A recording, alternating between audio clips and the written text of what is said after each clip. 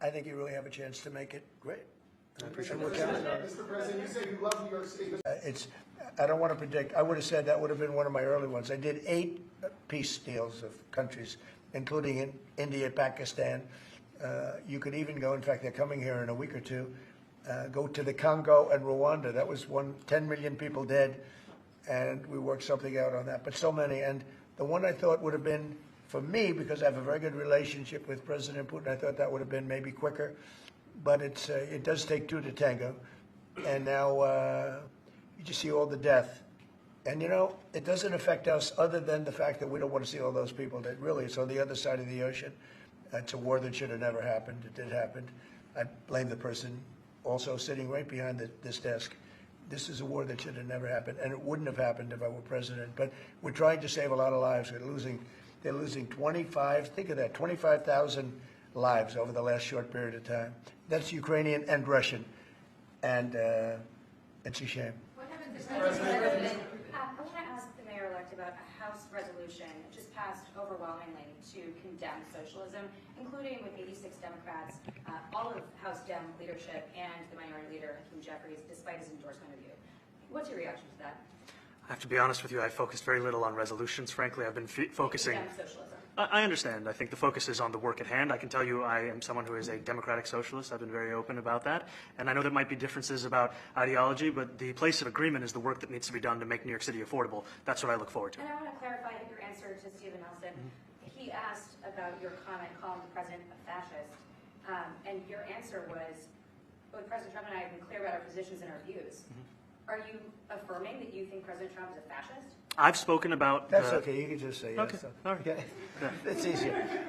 It's easier than explaining it. I don't mind. And Mr. President, I wanted to ask you also about this Ukraine plan. Yeah. President Zelensky said today that his country would risk either giving up a partner or giving up its dignity. There's been criticism that this deal... You mean he doesn't like it?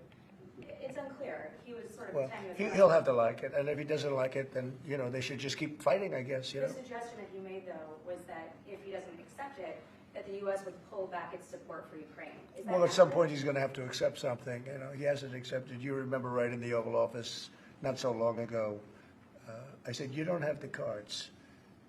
Don't forget, I inherited this war. I would have never, this war never would have happened. I inherited this war.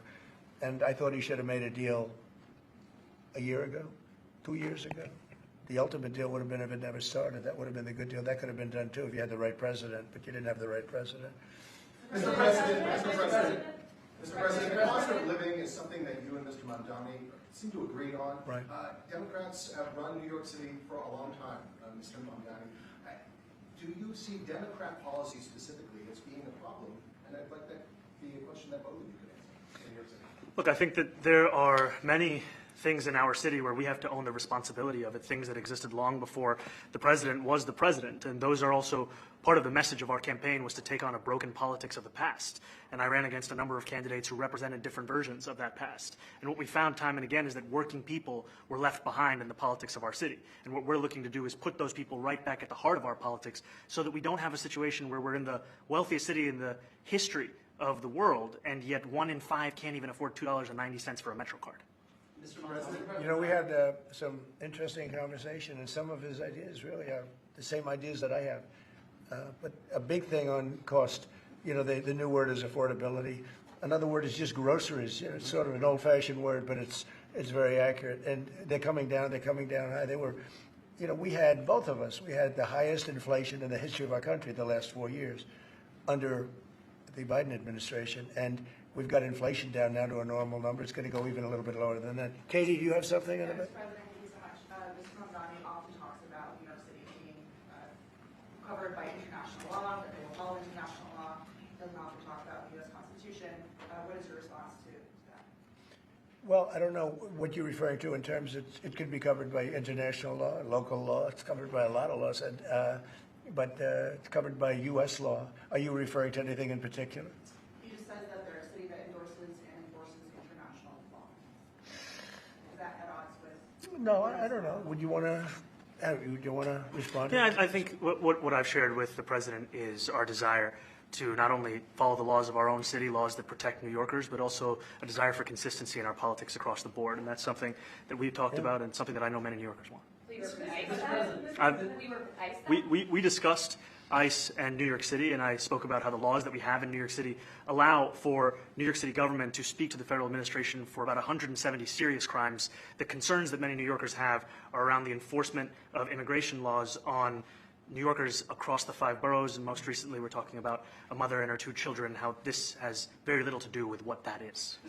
What we did is we discussed crime, more than ICE per se. We discussed crime, and he doesn't want to see crime, and I don't want to see crime, and I have very little doubt that we're not going to get along on that issue. He wants to, and he said some things that were very interesting as to housing construction, and he wants to see houses go up. He wants to see a lot of houses created, a lot of apartments built, etc. And you know, we actually people would be shocked, but I want to see the same thing. Mr. Mamdani, the anti-Israel protesters. Jack? Mr. President, I want to know one of the policies as well that Mayor-elect Mamdani talked a number of times about on the campaign was shifting the tax burden for property taxes from what he called minority communities to white-based communities and putting more taxes on white people. I also noticed that in your acceptance speech you didn't mention anything about America or Christians or white people in general, and so I didn't know if that was one of the policies that you guys had spoken about. We focused on affordability. We focused on the cost of living crisis. What I will say is that I am very much interested in property tax reform because what we see right now in New York City is a system that is so inequitable that it can't even stand up in court.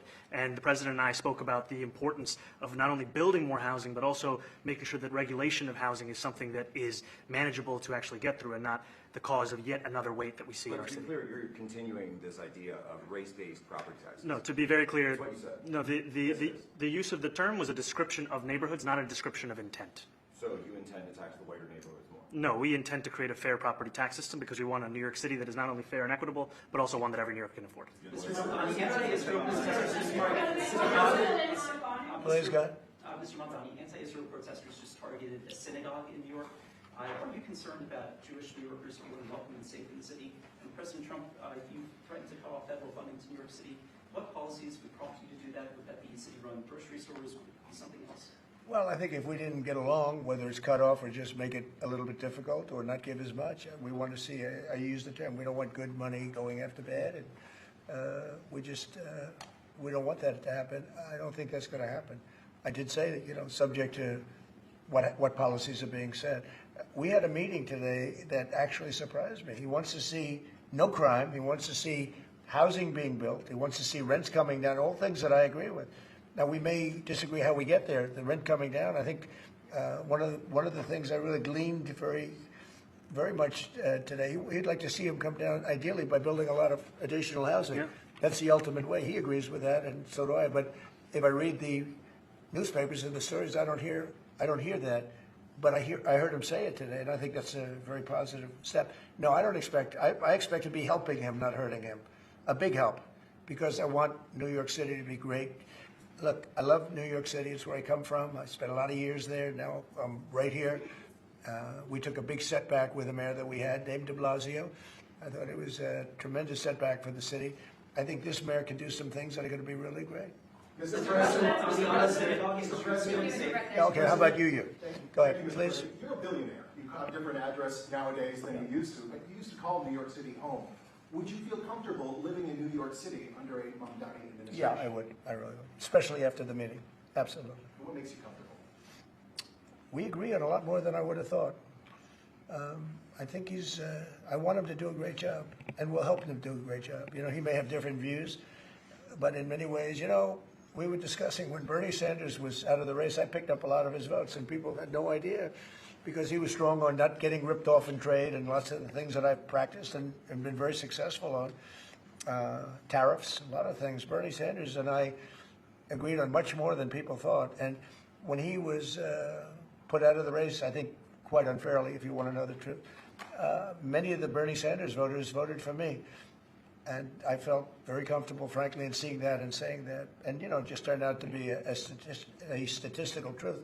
But, no, I feel very comfortable. I would feel very, very comfortable being in New York, and I think much more so after the meeting. Yes, please. Thank you, Mr. President. I have a question for you, but a very quick one for Please. the mayor. Why did you fly here? Aren't trains greener? I'll use every form of transit, and I want to make sure that they're all affordable in New York City, and that's why making buses fast and free is a centerpiece of our campaign. Did you? There is a bus that Well, goes. but I know, but if he flew, that's a lot quicker too. No. You know, I mean, he's working very hard. For him to be, that's a very long drive. I'll stick up for you. You know, the plane takes you 30 minutes and driving takes you a And long Mr. time. President, I was wondering if you could clear up some confusion around a Washington Post report. There was this explosive report that the Coast Guard is no longer going to characterize swastikas and nooses as hate symbols. DHS called that a lie and fake news. Can you clear up? I don't know anything about it. When was this written? I think yesterday. Well, look, the Coast Guard's an incredible group of people. I know very well. We just ordered a lot of new Coast Guard cutters, beautiful, the most magnificent ship. They look like yachts with lots of guns on them. So I don't know. I haven't seen any report like that, but certainly we want them to remain a great force, and they are. Mr. President, and you did the piece in all the 9 months Yes. around the world. I would like to ask Mr. Mamdani, you've accused the U.S. government of committing genocide in Gaza while President Trump was working on peace. Why that? I've spoken about the Israeli government committing genocide, and I've spoken about our government funding it. And I shared with the president in our meeting about the concern that many New Yorkers have of wanting their tax dollars to go towards the benefit of New Yorkers and their ability to afford basic dignity. And what we see right now is we're in the 9th consecutive year of more than 100,000 school children being homeless in our city. And there's a desperate need not only for the following of human rights, but also the following through on the promises we've made New Yorkers. And I appreciated the meeting we had and the work that we can do. Do you agree that President Trump did do a peace and worked hard to make the peace? Because he worked hard to do the peace in the Middle East and everywhere. Do you agree with that? I appreciate all efforts towards peace, and I shared with President Trump that when I spoke to Trump voters on Hillside Avenue, including one of whom was a pharmacist that spoke about how President Trump's father actually went to that pharmacy not too far from Jamaica Estates, that people were tired of seeing our tax dollars fund endless wars. And I also believe that we have to follow through on the international human rights, and I know that still today those are being violated, and that continues to be work that has to be done no matter where we're speaking of. Mr. Thank you, President. Mr. President. Do you view the mayor-elect as the true leader of the Democrat Party? And do you think Leader Schumer and Leader Jeffries, have to follow his lead? Well, look, I hope they have great leaders. This is a man that right now I think is focused in New York City. I really think he has a chance to do a great job. We're going to help him, but I really think he has a chance to do a great job. But I'll let you answer that. Do you consider yourself the leader of the Democrats? I think it's more appropriate for him. I consider myself the next mayor of New York City, and I keep my horizons firmly on New York City, and I appreciate the meeting with the president, which focused again on the 5 boroughs and whether New Yorkers could afford to live there. By the way, being the mayor of New York City is a big deal. Absolutely. I always said, one of the things I would have loved to be someday is the mayor of New York City. Being the mayor of New York, and especially now, because I think you're at really a turning point, one way or the other. It can go great, or it can go in a different direction. And I think you really have a chance to make it great. I appreciate what counts. Mr. President, you said you love New York City.